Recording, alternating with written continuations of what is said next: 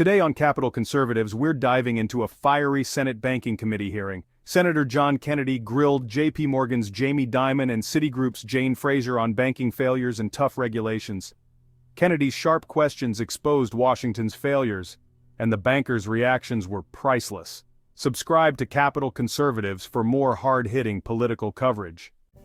Kennedy opened the hearing with surprising candor, praising Dimon and Fraser as leaders of all-American companies.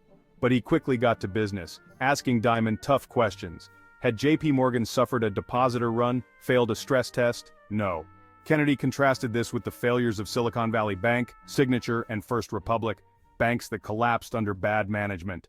Unlike some, I do not think you are crooks. In fact, you're all American companies, and I'm proud of you. And I thank you for supporting the most sophisticated and powerful economy in all of human history and the jobs you create for Americans in doing it. Mr. Dimon, since the last time the federal government raised your bank's capital requirements in Dodd-Frank and otherwise, have you had a depositor run on your bank? We have not. Have you failed a stress test? We have never failed a stress test, no. Have you ever reached a point where your liabilities were greater than your assets? Absolutely not.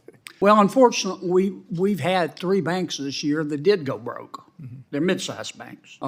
You know them: Signature, Silicon Valley, First Republic. We've held hearings. In my judgment, they went broke because their management did really stupid stuff. And because the FDIC and the regulators who were in charge of keeping them from doing stupid stuff sat there like bumps on a log, sucking on their teeth, and watched them do stupid stuff. And in many cases, had to turn to you to clean up the mess. The gloves came off when Kennedy turned his fire on the FDIC. He blasted regulators for being distracted by scandals.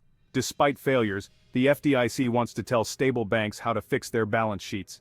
Kennedy called it hypocrisy, likening it to gun safety advice by Alec Baldwin.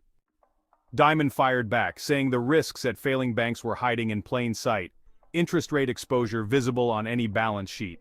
He warned new rules push business outside banks, creating hidden risks. Kennedy pressed him. How is this even legal?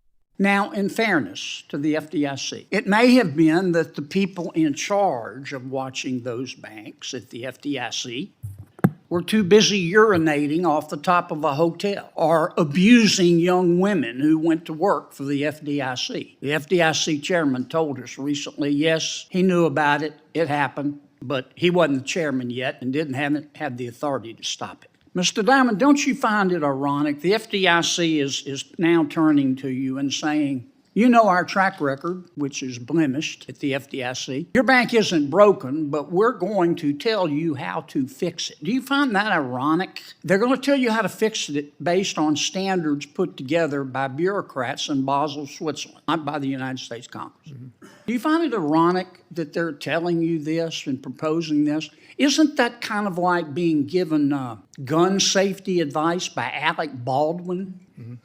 Should I answer the question?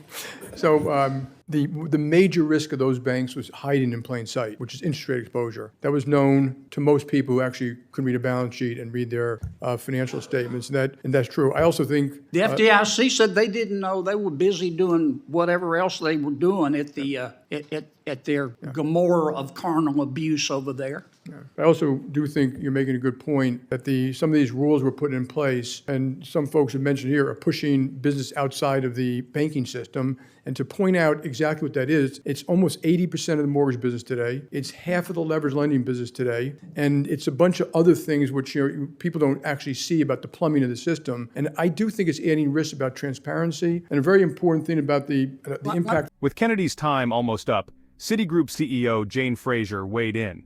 She agreed with Kennedy, stressing legal clarity. Fraser warned that if regulators push too far, banks may challenge them in court. The stakes for the financial system are high. This hearing wasn't just about bad banks or reckless regulators. It was about accountability, transparency, and the rule of law. Kennedy showed how unelected bureaucrats, not Congress, shape banking rules. The risks are real, and the consequences could be massive. Help expose what's happening. Share this video. Let me stop you, Mr. Dimon, because I'm going to run out of time. How is this even legal under West Virginia v. EPA? You have bank regulators without clear direction from Congress who are borrowing standards from other regulators in Basel, Switzerland, imposing them on you without clear directive from Congress. It's clearly falls under the major questions doctrine. Why doesn't this violate West Virginia versus EPA? You don't have to know a law book from an LL Bean catalog to see that. Why doesn't it violate the law? Anybody. Senator Kennedy's time has expired. Senator Warren from Well, Ms. Virginia. Fraser was about to answer. Would you like to answer, Ms. Fraser? I thought you gave her time. Proceed, please. I think we very much appreciate your points of view, Senator, on this topic, and I think many of us would concur. While violations of law, we hope, are things that we will debate as a last resort. We would be prepared to do so because it's important that there's clarity in the law and that we abide by it. Thank you, Mr. Senator Warner. Senator Kennedy isn't afraid to call out regulators and demand accountability. His questions cut through the noise and force answers. Subscribe to Capital Conservatives and turn on notifications for more unfiltered coverage. Thanks for watching, where we keep Washington accountable.